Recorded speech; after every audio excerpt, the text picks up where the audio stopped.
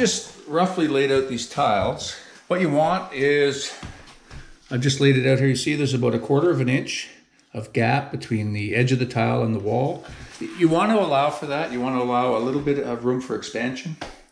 Even though these are going to be mortared in place, you know, sometimes the walls will move, the house will move, and you don't want the first little bit of movement in the house to result in a cracked tile. Okay, so leave yourself a little room around there. The baseboard will cover that easily. Same on the edge of the tub here. Just leave yourself, you know, 1/8 to 1/4 of an inch along there. So what I've done is I've laid the tiles out with these spacers. I've left a link in the description for these tile spacers. There's a lot of different kinds out there now, but this is the ones I've got. I got these on Amazon. These leave a 1/16 gap between the tiles. So how these tile spacers work is, that's what they look like from under the tile, like that. So as one portion sits under each tile, and so a piece sticks up like this. You got a little wedge. So you take the wedge and you put it between the tile like that. And there's this tool. See how this end is kind of rounded off and that end's open. So what you do is the rounded end goes behind the wedge. The open end goes over this end of the wedge. It lets the wedge slide through. And you just give it a squeeze, okay? Like that. And you do that with all of them. And what that does is it pulls the bottom of the tiles up and the top of the tile down, so that this transition will always be flat with those wedges in there. Plus it maintains your gap. Okay? And what you do is, you'll see this further in the video, but just to show you, what happens is you let the tiles set up for 24 hours at least. More is better. A couple of days if you want, if you've got the time. And when you come in and you're sure everything's absolutely set up perfectly, you just take a mallet, a rubber mallet or something, and just give this a bump. And what happens is this is creased down in here. It's a little bit weak in here. So what it does, it snaps off. And you can reuse the wedge again. And the top portion is discarded. But that little T stays down underneath the tile. So that's how that works. Okay, so this is the stuff. Large format tile mortar. Okay, this stuff can be put in up to 3/4 of an inch thick if need be to help bed the tiles. So that's good stuff. Okay, so I've got it started in the bucket here.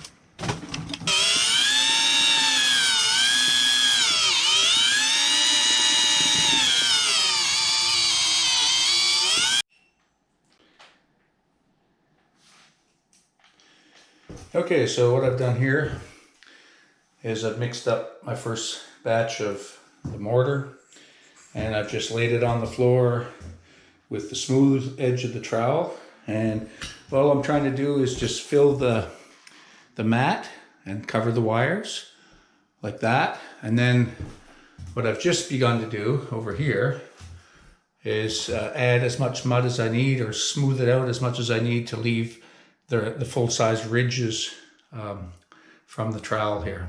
Okay, these are 1/4 inch. Some people use 3/8, depends. I didn't happen to have a 3/8 trowel in the house today, so I've got 1/4 inch, so that's what I'm going to put it down with. I think it's going to be fine. Okay, so I've come along a little ways here. Got these tiles laid in, and I've got these little spacers on them with the wedges. Okay, I got this tile here. I'm just using a 6-inch knife. I find it's a little neater than using the flat side of the notch trowel. It's your choice. Anyway, I got that troweled out there. And I got this next tile, and I've got a cut edge, and that's going to go in against the wall. Actually, 1/4 of an inch from the wall, that's why it's cut off. And I've got my little spacers in here. Weight on it, and the gap looks pretty good. Now what I'm going to do, now mind you, I know there's a cable in there, so I'm just going to go real gentle, just to take this mortar out of the gap, just like that. I'm not pushing down, I'm just moving it along real gentle. A little bit like that. Just to get that out of there. Okay. Because we don't want that in there, that's where our grout's going to go later. Okay, so what I've learned so far here, once you lay a tile down, you want to put your spacers in right away while everything's soft. So 2 there, and 1 there, and 1 there, and now I'm going to put my wedges in there. And I've showed this tool before. There's these little wedges. You got this tool that pushes the wedge through. There's an open end on this side, so it pushes it through like that. So, put the wedge serrated side up. Same there. Same here. Could go that way with it if I wanted to. That way. And this one here, like that. Okay. Now, this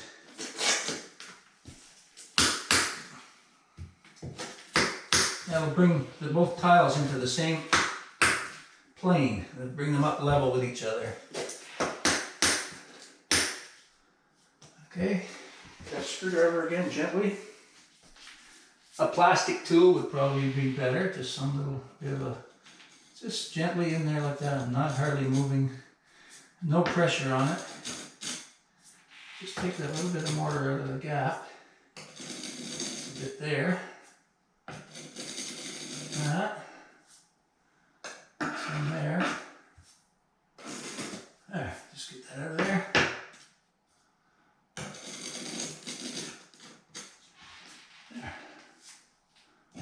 There. And I'll take my notch trowel. That looking really good.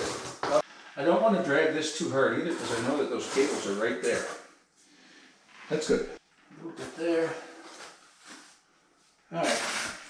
I'm just going to back butter the tile.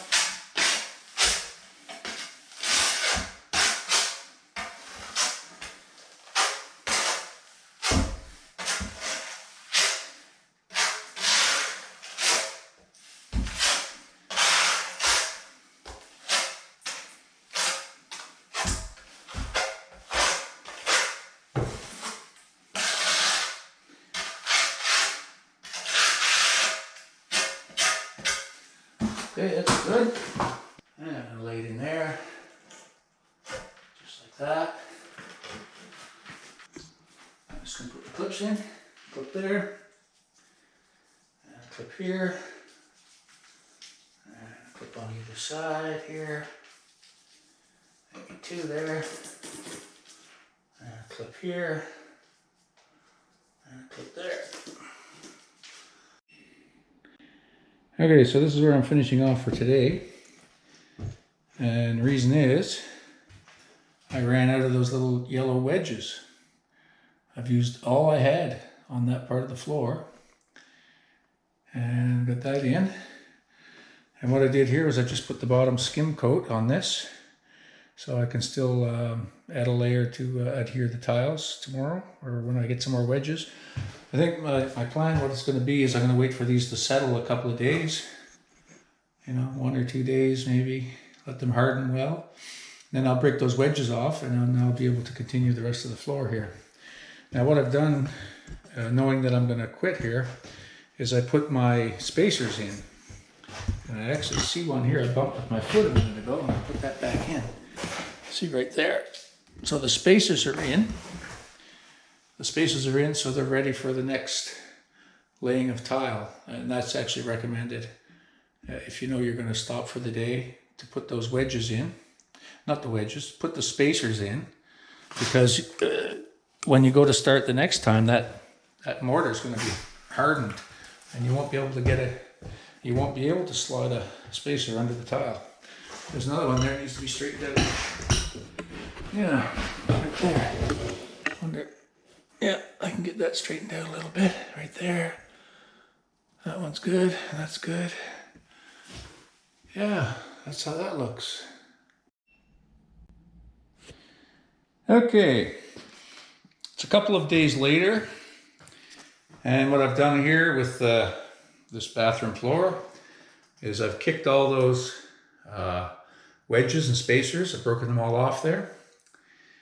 And I've got some new spacers here. I've gone over the edges of this.